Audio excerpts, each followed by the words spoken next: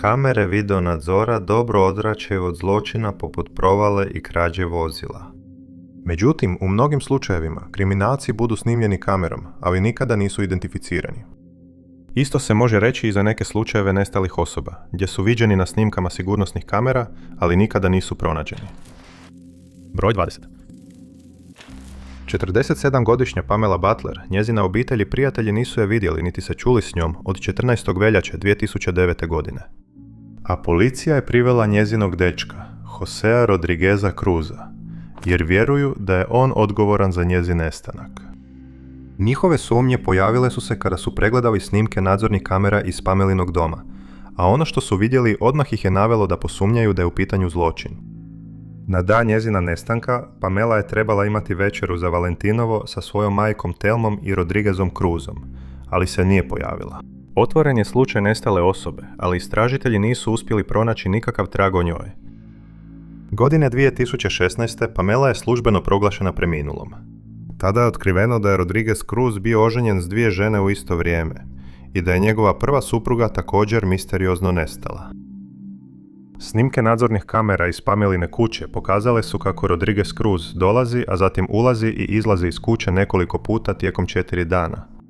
Vjeruje se da je upravo u to vrijeme uklanjao dokaze, unatoč njegovim tvrdnjama da je Pamela prekinula njihovu vezu i da se on samo iznova vraća u kuću kako bi pokupio svoje stvari. Rodriguez Cruz je uhićen i optužen za zločine protiv Pamele i svoje bivše supruge, a nakon što je priznao krivnju, osuđen je na 52 godine zatvora. Pamela nikada nije pronađena, ali policija je sada zatvorila njezin slučaj.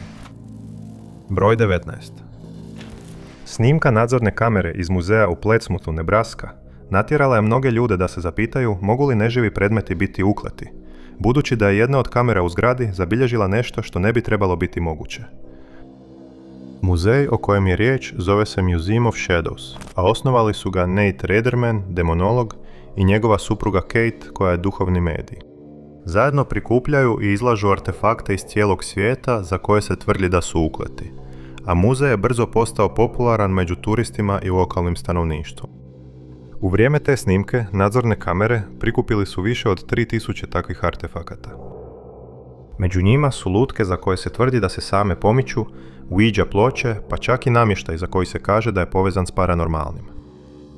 U prošlosti su gosti doživjeli da se vrata sama otvaraju, artefakti iznenada pomiču kao da ih neka nevidljiva ruka pomiče, a jednom je prilikom posjetitelj prijavio da ga je nešto ogrebao, a nije mogao vidjeti što. Za Natea i Kate to su svakodnevna iskustva, ali mnogi ljudi izbjegavaju muzej kao kugu, u strahu da će im se nešto prikačiti prije nego što napuste zgradu. Kaže se da je energija unutar muzeja morbidna i ako je vjerovati toj snimci nadzornih kamera, to ne iznenađuje. Jednog jutra 2018. godine, dok je muzej još bio zatvoren, nadzorne kamere koje su snimale jednu od prostorija navodno su zabilježile paranormalnu aktivnost dok se događala. Prostorija je ispunjena raznim predmetima, poput lijesa, dječje hranilice i lopte koja leži na podu. Ali tada se lopta iznenada podiže u zrak, kao da je podiže duh, a neki su ljudi sugerirali da se duh igrao s njom. Je li to zaista tako, ostaje nepoznato, ali nikada nije pronađeno konačno objašnjenje. Broj 18. 18. Angatvarongaj, koji je lokalnom stanovništvu poznat jednostavno kao Rongaj, nalazi se u okrugu Kajiado, Kenija. Mještani ovog područja zamolili su policiju da pokrene istragu o nizu zločina koji su tamo počinjeni u veljači 2026. godine, te su dostavili snimke nadzornih kamera sa osumnjičenicima. Na jednoj snimci vidi se grupa muškaraca kako krstari ulicama, tražeći svoju sljedeću metu. Nakon što identificiraju kuću u koju žele provaliti, donose ljestve koje naslanjaju na zid oko kuće. Zatim počinju jedan za drugim penjati se preko zida i ulaze u dvorište vlasnika gdje pokušavaju ući u kuću. To je zastrašujuća snimka koja prikazuje što se događa u tom području dok njegovi stanovnici mirno spavaju. Druga snimka prikazuje muškarca kako se golim rukama i nogama penje preko zida. Veliki njemački ovčar bijesno laje na njega, ali on ostaje smiren i nastavlja s pljačkom. U drugoj snimci lice pljačkaša prekriveno je maskom do nosa, a on djeluje potpuno ravnodušno prema činjenici da je na kameri. Budući da nijedan od ovih muškaraca nije identificiran, vjerojatno će se ove pljačke nastaviti sve dok ne budu uhićeni i privedeni pravdi za svoja zločinačka djela. Neke kuće bile su meta 2 noći za redom, što je stanovnike tog područja ostavilo vrlo uznemirenima, jer nemaju pojma kada ili gdje će lopovi ponovno udariti. Nada se da će snimke nadzornih kamera pomoći u identificiranju nekih od osumnjičenih i da će ih na kraju uspjeti pronaći. Broj 17. Godine 2014. 20-godišnja Kiara Subs živjela je u Birminghamu, Alabama, i imala je problema s kočnicama na svom automobilu. Rekla je svom bratu da joj je muškarac kojeg je poznavala ponudio pomoć i pitala ga može li je odvesti do njegovog radnog mjesta. Kiara je u prošlosti šišala njegovu djecu, pa je osjećala da mu može vjerovati. Njezin brat se složio i odveo Kiaru do Boost Mobile trgovine u Five Points Westu, gdje je taj muškarac radio. Muškarac je rekao Kiari da će joj dati novac za popravak kočnica. Ali tada su stvari krenule u čudnom smjeru. Ona i muškarac razgovarali su nekoliko minuta, a kako se vidi na snimci nadzorne kamere ispred trgovine, Kiara zatim prilazi tamnocrvenom Chrysleru koji je parkiran u blizini. Razgovara s vozačem nekoliko sekundi, a zatim odlazi na suvozačevu stranu automobila prije nego što uđe unutra. Automobil tada vozi unatrag i odlazi, a Kiara je od tada nestala. Godine 2025. policija je pretražila nekretninu na Terrace South u zajednici Ensley, nakon što je izdan nalog za pretres, ali su istražitelji kasnije izvijestili da nisu pronašli nikakve nove dokaze. Lawrence Dudley, muškarac koji je viđen kako vozi automobil na snimci, identificiran je i ispitan, ali nikada nije bio uhićen. Istražitelji su izjavili da nemaju dovoljno dokaza da optuže ikoga za nestanak Kiere, a 16 godina kasnije njezina sudbina i dalje ostaje nepoznata. Svi koji imaju nove informacije o njezinom slučaju ili mogu pomoći policiji da je pronađe, mole se da kontaktiraju policijsku upravu Birminghama na broj 205 254 1782 ili Crime Stoppers na broj 205 254 7777. Broj 16. Godina 2026. označava 15 godina otkako je 20-godišnji Luc Joly du Rocher posljednji put viđen. Njegova obitelj i dalje se nada da će jednog dana dobiti odgovore o njegovom nestanku, te je ponudila veliku novčanu nagradu svakome tko izađe s informacijama koje bi dovele do rješavanja njegovog slučaja. Lik je izvorno iz Temiscaminga u Quebecu, Kanada, ali njegov nestanak dogodio se u North Bayu, Ontario. Dana 4. ožujka 2011. bio je u noćnom izlasku i pokušao je posjetiti Cecilov bar na uglu Main i Wild ulica oko 23:54. Ali mu nije dopušten ulazak. Neki izvještaji navode da je odbijen jer je bio previše pijan, dok drugi navode da razlog odbijanja ostaje nepoznat. Zatim se vidi kako napušta lokal i prvo skreće u pogrešnom smjeru prije nego što shvati svoju pogrešku. Kad se nije vratio kući 2 dana kasnije, prijavljen je kao nestal i pokrenuta je istraga. Poslao je SMS poruku svom ocu u 20:51 te noći, a njegov mobitel od tada nije korišten. Njegovi bankovni računi također su netaknuti, ali njegova bankovna kartica pronađena je u bloku 500 ulice Sherbrooke 15. ožujka i predana je policiji. Pretrage tog područja nisu dale rezultate, a Lukina obitelj nudi nagradu od $50,000 za informacije koje bi dovele do njegovog pronalaska. Opisan je kao osoba smeđe kose i smeđih očiju, visok oko 173 cm i težak oko 68 kg u to vrijeme. Godine 2011. imao je aparatić na gornjim zubima. Istražitelj je izjavio da su tražili prepoznatljivi ljubičasti pojas koji je Luka nosio, a koji nikada nije pronađen.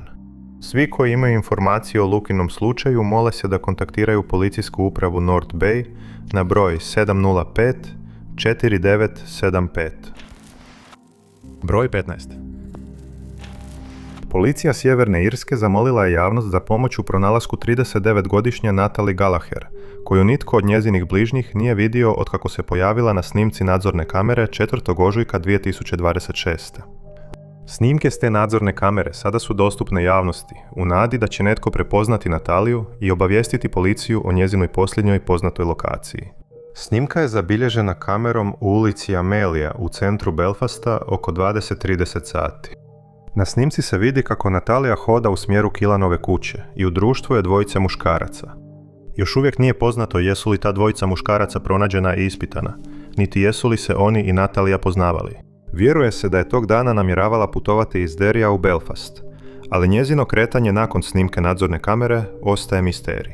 Izvori ne navode je li namjeravala putovati u Belfast, vlakom, autobusom ili u društvu ove dvojice muškaraca, a dodatne snimke nadzornih kamera nisu pronađene. Stoga je policija zamolila sve koji su tog dana vidjeli Natalie da se jave kako bi se njezino posljednje poznato kretanje moglo ažurirati. Na snimci je odjevena u bijelu košulju s crnim kaputom, crnim hlačama i crnim čizmama. Policija je izjavila da su svakim danom sve zabrinutiji za njezinu dobrobit, te su obećali da će slijediti sve tragove koje dobiju od javnosti kako bi se ona sigurno vratila svojoj obitelji. Ako imate takve korisne informacije, zamoljeni ste da nazovete hitni broj 101 i navedete referentni broj 120905 0326. Broj 14. Courtney Lake je djetinjstvo provela odrastajući u Svetom Lovrijencu, Newfoundland, a kroz cijeli život bila je poznata po svom slobodnom duhu. Ona i Jason Pike upoznali su bili tinejdžeri i kasnije su zajedno dobili sina. Zatim je upoznala muškarca po imenu Philip Smith, i po svemu sudeći bila je to toksična veza. Prijavljen je policiji nakon što ju je napao i veza je tada završila, ali Smith to nije htio prihvatiti. Poslao je fotografije Courtney njezinom novom dečku i ponovno je prijavljen policiji. Courtney je dobila zaštitnu mjeru, što je slično zabrani prilaska protiv Smitha, koji je morao biti zadržan u zdravstvenoj ustanovi 4 dana jer nije dobro podnio tu vijest. Pokušao je ukinuti tu mjeru na sudu, ali nije uspio. Zatim je prekršio zabranu kontaktirajući Courtney 33 puta u jednom danu 5. lipnja 2017. Zatim je uhićen nakon što je prošao automobilom pored kuće njezine obitelji. Uhićen je i optužen za sva kaznena djela protiv nje, te mu je naređeno da je više ne kontaktira. 4 sata nakon što je napustio sudnicu, Courtney je nestala. Ona i njezin novi dečko odveli su njezina sina na satove plivanja, nakon čega ju je on odvezao kući. Prijavljen je nestanak osobe, a kraljevska policija Newfoundlanda započela je istragu. Snimke nadzornih kamera s benzinske postaje na kojoj je Courtney kupila nekoliko stvari objavljene su javnosti, ali nitko se nije javio s informacijama. Dana 27. lipnja Smith je uhićen kada je viđen kako pije alkohol u baru, što mu je bilo zabranjeno. Njegova kuća je pretražena i prikupljeni su neki dokazi, ali policija nije htjela otkriti što su tamo pronašli. Dana 30. lipnja objavljeno je da se sumnja na kazneno djelo u vezi Courtneyevog nestanka, te je odjel za teška kaznena djela preuzeo slučaj. Predmet koji je pripadao Courtney pronađen je na Torbejmanovom jezeru 2. srpnja, a Smith je priznao da ju je pokupio na dan njezinog nestanka. Tijekom godina pretraženo je još nekoliko područja, ali Courtney nikada nije pronađena. A budući da je Smith sada preminuo, vjerojatno je sa sobom odnio sve informacije o njezinoj lokaciji. Svi koji mogu dodati dodatne informacije o njezinom slučaju trebaju kontaktirati kraljevsku policiju Newfoundlanda na broj 709 729 8000 broj 13. Ponekad se čini kao da je nestala osoba jednostavno netragom nestala i nikada više nije viđena, što je slučaj s nestankom 24-godišnjeg Kyla Fleischmana, koji nije viđen niti se čulo za njega od 9. studenog 2007. godine. Da stvar bude gora, njegovi roditelji su nagađali da je bio žrtva kaznenog djela i da su njegovi posmrtni ostaci zakopani ispod stambenog kompleksa koji je bio u izgradnji u vrijeme kada je nestao. Ali to nikada nije dokazano i ostaje samo nagađanje.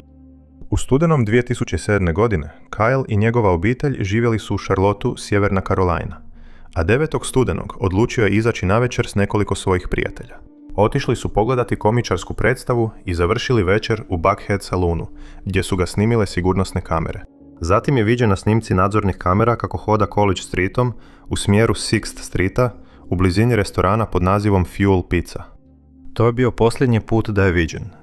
A iako su slike sa snimke nadzornih kamera objavljene javnosti, nijedan vjerodostojan svjedok nije izašao s novim informacijama o njegovoj lokaciji.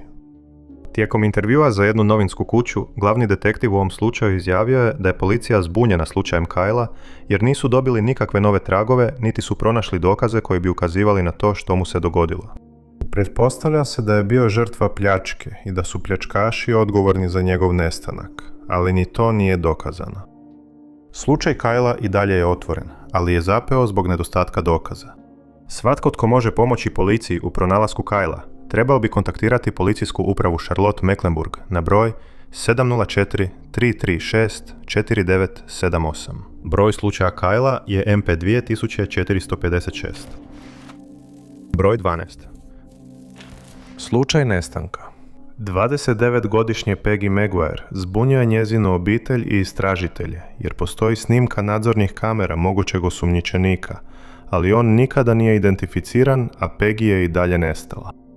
Godine 2015. Peggy je živjela u Uvaldeu, Oklahoma, gdje je voljela provoditi vrijeme na otvorenom, pecajući, kampirajući i brinući se za svoje stado koza. Ušla je u nasilnu vezu s muškarcem po imenu Thomas McIntosh i unatoč tome što je ishodila zaštitnu mjeru protiv njega, ubrzo je ostala trudna i ostali su zajedno. Preselili su se u Indijanu kako bi započeli iznova, ali McIntoshevo nasilno ponašanje samo se pogoršalo. Nakon što ju je davio, odlučila se vratiti u Oklahomu, gdje je boravila kod svoje majke. Međutim, McIntosh ju je ponovno uvjerio da se vrati, pa se i on preselio natrag u Oklahomu kako bi bio s njom i njihovim sinom. Nakon što je završila školu za medicinske sestre, dobila je posao u Wellington Hills Nursing Centeru i počela se viđati s muškarcem po imenu Richard dok je smišljala plan kako pobjeći od McIntosha. Dana 16. studenog 2015. završila je svoju smjenu, nakon čega je sina odvezla u školu. Do sljedećeg dana ona je nestala, a njezin kamionet pronađen je na parkiralištu bara blizu njezine kuće. Snimka nadzorne kamere pokazala je da je netko dovezao kamionet na parkiralište i tamo ga ostavio, ali snimka je bila previše mutna da bi se mogao identificirati osumnjičenik. McIntosh i dalje ostaje jedini osumnjičenik u njezinom slučaju, ali njegova krivnja nikada nije dokazana, a Peggina slučaj i dalje je neriješen. Nagrada od $150,000 nudi se za informacije koje bi dovele do njezina pronalaska. Svi koji imaju takve informacije trebaju kontaktirati ured šerifa okruga McIntosh na broj 918-689-2526 ili državni istražni ured Oklahome na broj 918-423-6672. Broj 11. Pronađeno je nekoliko snimki nadzornih kamera koje prikazuju posljednje poznate kretnje 18-godišnjeg Thea Hayesa, koji je nestao 31. svibnja 2019. godine, ali unatoč tome nikada nije pronađen. Theo, koji je bio iz Belgije, putovao je s ruksakom po Australiji 2018. godine, a neposredno prije svog nestanka, 31. svibnja sljedeće godine, snimljen je nadzornom kamerom unutar noćnog kluba Cheeky Monkeys u Novom Južnom Walesu. Dana 6. lipnja njegova obitelj kontaktirala je policiju u Australiji kada ga nisu mogli dobiti, te je prijavljen kao nestao. Njegove su stvari pronađene u njegovoj sobi u hostelu, a njegov mobitel pokazivao je da je posljednji put bio aktivan na području rta Byron. Njegova kapa kasnije je pronađena na plaži Tallow, a Googlovi podaci s njegovog mobitela pokazali su da je skrenuo na pogrešnu stranu nakon što su ga izbacili iz bara zbog prevelike alkoholiziranosti. Više je puta tražio upute na svom mobitelu, ali se sve više gubio hodajući u suprotnom smjeru od uputa koje je dobio. Na kraju je završio duboko u šikari, povremeno je trčao i izgubio kapu kad je skrenuo s puta. Njegov mobitel je isključen u 1:02 ujutro i od tada ga nitko više nije vidio. Potrage nisu dale nikakve rezultate, a ponuđena je nagrada od $500,000 svakome tko može pomoći da se njegov slučaj riješi. Ako imate dodatne informacije o slučaju Thea, molimo kontaktirajte policijsku postaju Byron Bay na broj 02-6685-9499. Broj 10. 32-godišnji Chad Gibson iznenada je nestao 19. prosinca 2015. godine. Isprva se nadalo da će snimke nadzornih kamera iz Central Puba u New Keyu, Cornwall, Engleska, pružiti dovoljno dokaza za njegovo pronalaženje, ali to nije bio slučaj. Njegova obitelj je izjavila da je otišao od kuće oko 10:30 ujutra, na dan njegovog nestanka, a snimke nadzornih kamera prikazuju ga kako prolazi pored restorana Frankie and Benny's na East Streetu, krećući se prema Trinity Streetu u 17:10. Ove slike prikazuju njegove posljednje poznate kretnje i od tada ga nitko više nije vidio. Policija je izjavila da žele razgovarati s dvojicom muškaraca koji su viđeni s njim na snimci oko 17:10. Iako nisu imenovani kao osumnjičenici, budući da su se kasnije vratili u bar prije nego što je Chad otišao sam oko 18 sati. Kasnije je otkriveno da je Chad imao sukob s grupom muškaraca neposredno prije nego što je napustio bar i da su ga oni fotografirali. Dvojica muškaraca sa snimke su na kraju identificirani i isključeni su kao osumnjičenici. Budući da nikakvi daljnji tragovi ili dokazi nikada nisu pronađeni, policija Devona i Cornwalla zamolila je sve koji imaju informacije o slučaju Chada da kontaktiraju vlasti pozivom na hitni broj 101. Broj 9.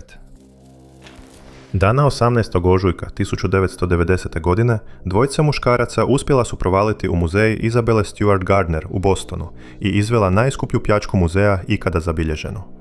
Pobjegli su s 12 remek dijela, uključujući 3 koja je naslikao Rembrandt i 5 koje je stvorio Edgar Degas. Nestala dijela procijenjena su na oko $500 milijuna, a ponuđena je nagrada od $5 milijuna svakome tko bi mogao pomoći policiji identificirati osumnjičene ili pronaći ukradene slike. Unatoč ovoj velikoj nagradi, nitko nikada nije uhićen, a nijedna od slika nikada nije pronađena. Zanimljivo je da su snimke nadzornih kamera iz muzeja koje prikazuju dvojicu pljačkaša kako posjećuju muzej dan prije pljačke, javnosti objavljene tek 2015. godine, 25 godina nakon događaja. Nada se da će netko prepoznati počinitelje i kontaktirati policiju kako bi ih napokon mogli privesti. Snimka također prikazuje crveni hatchback koji je vjerojatno korišten kao vozilo za bijeg, a vlasti su apelirale na sve koji ga prepoznaju da se jave. Prema riječima zaštitara koji je te noći bio na dužnosti, dvojica muškaraca su stigla odjevena kao policajci i tvrdila da su došli zbog dojave o narušavanju reda u muzeju. Zato ih je pustio u zgradu, ne znajući da će oni manje od 24 sata kasnije ukrasti umjetnine vrijedne milijune dolara. Nikada nisu pokazali nikakvo oružje, a policija je o pljački obavještena tek nakon što je počinjena, što je pljačkašima dalo dovoljno vremena za bijeg. Nikada nisu imenovani osumnjičenici, a ovo ostaje najveća muzejska pljačka u povijesti. Broj 8. Godine 2016. policija u Levondaleu, Aucklandu, Novi Zeland, objavila je snimke nadzornih kamera na kojima se vide osumnjičenici za nekoliko pljački banaka u tom području. Ali unatoč vrlo jasnim snimkama nikada nisu identificirani. Dvije pljačke o kojima je riječ počinjene su u razmaku od 4 mjeseca, u istoj banci, a prva se dogodila 11. prosinca te godine. Prvi pljačkaš opljačkao je West Forest Credit Union na Great North Roadu, a u to vrijeme u zgradi je bilo nekoliko ljudi. Dali su sve od sebe da opišu muškarca policiji, ali skrivao je svoje lice iza odjeće i nije ga se moglo identificirati. Međutim, primijećeno je da je imao flastere na licu i ruku u povezu. Svjedoci su također izjavili da je nosio sunčane naočale kako bi sakrio svoj identitet. Koristio je povez kako bi sakrio vatreno oružje koje je izvadio nakon što je prišao blagajniku. I nakon što je pokupio sav novac koji je mogao, pobjegao je pješice. 4 mjeseca kasnije ista banka je ponovno opljačkana. Dana 12. travnja, muškarac s bandanom preko lica slijedio je isti modus operandi i prišao blagajnici s izvučenim vatrenim oružjem. Nosio je i sunčane naočale, ali ostaje nepoznato je li to bio isti muškarac ili drugi pljačkaš. Nakon što je pobjegao iz zgrade, viđen je kako trči niz prilaz koji se nalazi pored banke i nije ga se moglo pronaći. Obje pljačke su počinjene za manje od minute, a policija je sugerirala da bi incidenti mogli biti povezani, iako nije poznato je li isti pljačkaš počinio obje pljačke. Ako prepoznajete muškarce na ovoj snimci, molimo vas da kontaktirate odjel za kriminalistička istraživanja Avondale na broj 0921 384 48. Broj 7. Zahvaljujući glasinama na internetu, puno je dezinformacija prošireno o nestanku 31-godišnjeg Caleba Paredika, koji je nestao iz Edmontona u Alberti, Kanada, 31. svibnja 2026. godine. Neki izvori pogrešno navode da je pronađen mrtav, ali prema svakodnevnim ažuriranjima policijske službe Edmontona, oni ga još uvijek aktivno traže. Još uvijek nije poznato odakle su potekla ta neutemeljena izvješća, ali treba napomenuti da nisu istinita. Caleb je posljednji put viđen na snimci nadzorne kamere dok je hodao oko Tanager Close-a oko 18:45 sati. I na snimci se vidi kako gleda u svoj mobitel dok to radi. Policija je zamolila stanovnike tog područja da pregledaju svoje snimke sigurnosnih kamera u slučaju da su tog dana zabilježile Caleba, a nadaju se da će njegovo kretanje nakon posljednjeg viđenja dovesti do saznanja gdje se nalazi. Njegova obitelj je izjavila da je uvijek u kontaktu s njima, zbog čega to nimalo nije nalik njemu. To je izazvalo zabrinutost da mu se tog dana dogodilo nešto loše, ali se u ovom trenutku ne sumnja na kazneno djelo. Na snimci je Caleb odjeven u tamnu jaknu s kapuljačom, hlače boje kaki, crnu bejzbolsku kapu i crne cipele. Opisan je kao osoba s međe kose i ljeskastih očiju, visine oko 175 cm. Može ga se prepoznati po tetovaži sata na desnoj podlaktici te po tetovaži plamena na desnom tricepsu. Nije poznato koji su bili njegovi planovi prije nego što je nestao, pa tako nitko ne zna u kojem je smjeru krenuo nakon što je posljednji put viđen na snimci. Svi koji imaju snimke Caleba ili dodatne informacije o njegovom slučaju trebaju kontaktirati policijsku službu Edmontona na broj 780 423 4567. Također mogu nazvati 37 s mobilnog telefona. Broj 6. Snimka nadzornih kamera objavljena je nakon nestanka 47-godišnjeg Joea Warrena, koji se nije vratio kući 25. srpnja te godine i od tada nije viđen. U to vrijeme Joe je živio u Hackneyu, istočnom Londonu, Engleska, sa svojom sestrom Rosie, koja je od tada nekoliko puta apelirala na javnost za informacije.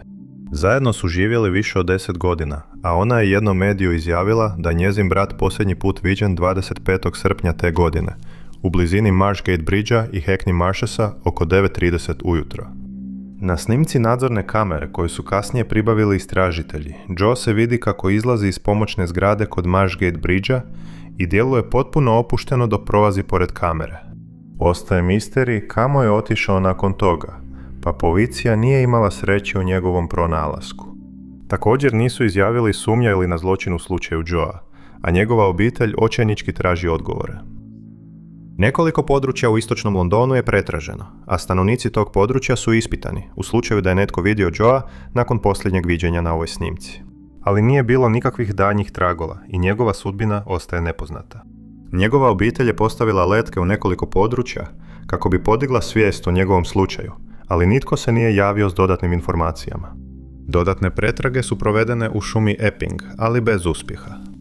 Joeova sestra kaže da ima kratku smeđu kosu koja se prorjeđuje na vrhu. Visok je 6 stopa i 3 inča i ima vitku građu. Na snimci je odjeven u maskirnu jaknu, zelene hlače i crne tenisice s bijelim džonom. Ako ste vidjeli Joea ili znate gdje bi mogao biti, molimo nazovite hitni broj 101 i dojavite informaciju. Uz navođenje broja slučaja 23 MIS 025447. Broj 5. Oko 6 sati ujutro 9. svibnja 2026. godine, muškarac u vlaku iz Stockwella u Londonu doživio je strašnu traumu koja još uvijek nije razriješena. Policiji je rekao da su mu prišla dvojica muškaraca koji su očito imali zle namjere. Jedan od muškaraca iznenada je zgrabio torbu koju je muškarac stavio na sjedalo pored sebe, ali ju je odmah povukao natrag jer se u njoj nalazilo nekoliko njegovih osobnih stvari.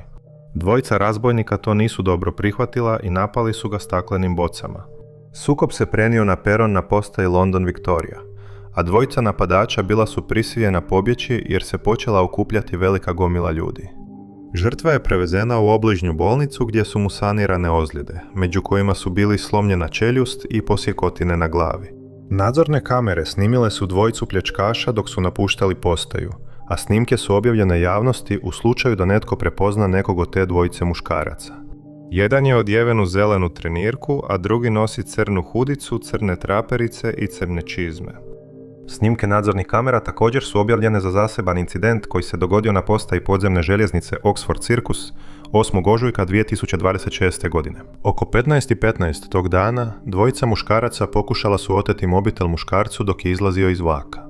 Dva službenika britanske prometne policije svjedočila su incidentu i suočila se s dvojicom muškaraca, ali su bili napadnuti, a počinitelji su pobjegli bez traga. Snimke nadzornih kamera na kojima se vide njihova lica objavljene su javnosti. Svi koji imaju informacije o bilo kojem od ovih zločina pozivaju se da nazovu Crime Stoppers na broj 0800 555 111. 0800 555 111. Broj 4. Dana 9. lipnja 2026. godine, policija u Frochemu, koji se nalazi u Chelseau, Engleska, uputila je javni apel za informacije o nestanku 71-godišnjeg Petera Conveya, čija je obitelj sve zabrinutija za njegovo dobrobit. Peter je hodao iz područja Erndale Drive u Frochemu u smjeru Sutton Weavera. Kad se te večeri nije vratio kući, njegova obitelj se zabrinula i kontaktirala je policiju. Vjeruje se da je još se kretao pješice kada je nestao, ali okolnosti njegovog nestanka i dalje su misterij. Nije pronađeno ništa što bi ukazivalo na to u kojem je smjeru krenuo nakon što su ga snimile nadzorne kamere. Stoga je policija zamolila sve koji su tog dana vidjeli Petera da im se jave. Ako uspiju potvrditi njegovu prisutnost na drugom području kasnije tog dana, možda će moći sastaviti vremenski slijed njegovih kretanja toga dana. Nadamo se da će to dovesti do toga da Peter bude pronađen i vraćen svojoj obitelji. Njegova obitelj mu se također izravno obratila, zamolivši ga da ih kontaktira i javi im da je dobro ako je to slučaj. Na snimci nosi sivu majicu, crnu prošivenu jaknu, plave trenirke, cipele za hodanje i ima ruksak na leđima. Svi koji su vidjeli Petera mole se da kontaktiraju policijsku službu Cheshire na broj 101, navodeći referentni broj slučaja IML 234 6179. Broj 3. Osumnjičenik je uhićen u slučaju nestanka 24-godišnje Alicije Apostolov Bojeran, koja je nestala iz Durhama u Engleskoj u siječnju 2022. godine, ali nikada nije pronađena. U to vrijeme živjela je u Ashtonu pod Lynom u Tamesideu, veliki Manchester, a 14. siječnja te godine pokupio ju je muškarac koji je vozio zlatni Volkswagen Passat limuzinu. Zatim je viđena na snimci nadzorne kamere unutar Asda supermarketa, u društvu muškarca za kojeg se vjerovalo da je vozač spomenutog automobila. Na snimci se vidi kako gleda nekoliko artikala na policama trgovine, držeći zelenu košaru za kupovinu. Muškarčevo lice bilo je prekriveno kapom i kirurškom maskom, pa ga nije bilo moguće identificirati jer mu lice nikada nije bilo jasno vidljivo. Par je koristio Alicijinu bankovnu karticu za plaćanje svojih kupovina, a zatim su viđeni kako odlaze. Svjedoci su se javili i izjavili da je zatim viđena u istom automobilu dok se vozio iz Glossopa prema Chapel and Lefrit u Derbyshireu. Prijavljena je kao nestala nakon što nije stupila u kontakt sa svojom porodicom, a tokom istrage policija je njen slučaj preinačila u istragu ubojstva, iako Alicija nije pronađena. U ožujku 2022. godine uhićen je muškarac po imenu David Alex Taylor, ali je pušten uz jamčevinu. Ponovno je pritvoren tek u ožujku 2024. godine, a trenutno još uvijek čeka suđenje. Izjasnio se da nije kriv, ali je također optužen za napad na policajca dok je bio u zatvoru u Franklinu 2024. godine. Svi koji imaju dodatne informacije o slučaju Alicije, poput dodatnih snimki nadzornih kamera s tog dana, trebaju kontaktirati policiju pozivom na broj 101. Sve dojave koje budu zaprimljeni bit će provjereni. Broj 2. 41-godišnja Sarm Heslop, koja dolazi iz Southamptona u Engleskoj, nestala je u ožujku 2021. dok je bila na katamaranu Siren Song, gdje su ona i njezin dečko Ryan Bain radili kao kuhari. U vrijeme njezina nestanka katamaran je doplovio na Djevičanske otoke, a 7. ožujka viđeni su kako večeraju na otoku St. John. Zbog ograničenja vezanih uz COVID-19 morali su se vratiti na katamaran do 22 sata. Ali prema riječima Ryana, vratili su se mnogo prije toga. Policiji bi rekao da je Sarm zaspala do 22 sata, a kada ju je ponovno provjerio u 2:30 ujutro, više nije bila tamo. Obavijestio je policiju, koja mu je naredila da kontaktira obalnu stražu, ali to je učinio tek u 11:45 tog dana. To je značilo da je prošlo 9 sati otkako je Sarm nestala, što je izazvalo sumnju kod Sarmine obitelji. Zanimljivo je da katamara nikada nije pretražen, iako je policija u jednom trenutku ušla na brod. 9 dana kasnije, muškarac iz St. Johna kontaktirao je policiju i prijavio da je čuo vrisak iz područja gdje je katamaran bio usidren one noći kada je Sarm nestala. I FBI se uključio.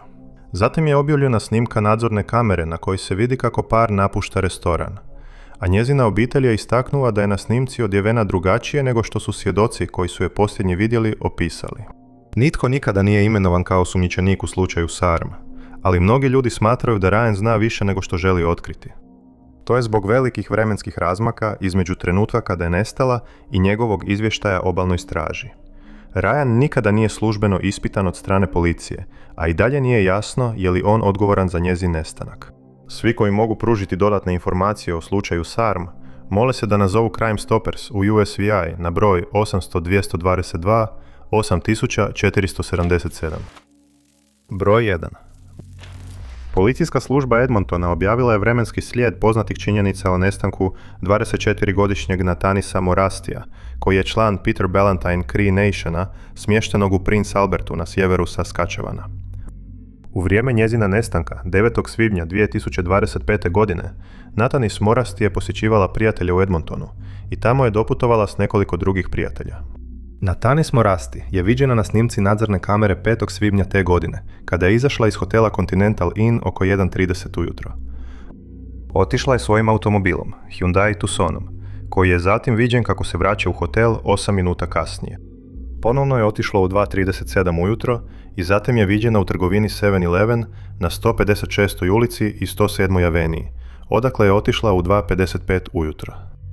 Vjeruje se da je zatim vozila kroz područja Edmontona, Sherwood Parka, Buck Lakea, Nordaguea i Lake Louisa. A 6. svibnja njezin je automobil viđen kako prolazi kroz Britansku Kolumbiju. Sljedećeg dana automobil je viđen na trajektu koji je putovao prema Nanaimu, a 10. svibnja vraćan je u Edmonton. Dana 12. svibnja automobil je viđen u Lloydminsteru, a 3 dana kasnije pronađen je napušten i prebojan u James Smith Cree Nation u Saskatchewanu. Vozilo i okolno područje su pretraženi, ali nije pronađen nikakav trag na Tanisa. Od tada nije bila u kontaktu sa svojom obitelji, a policija je izjavila da njezin nestanak smatraju sumnjivim. Svi koji znaju gdje se nalazi Natanis ili mogu dodati dodatne informacije istrazi o njezinom slučaju, trebaju kontaktirati policijsku službu Edmontona na broj 780 4234 567.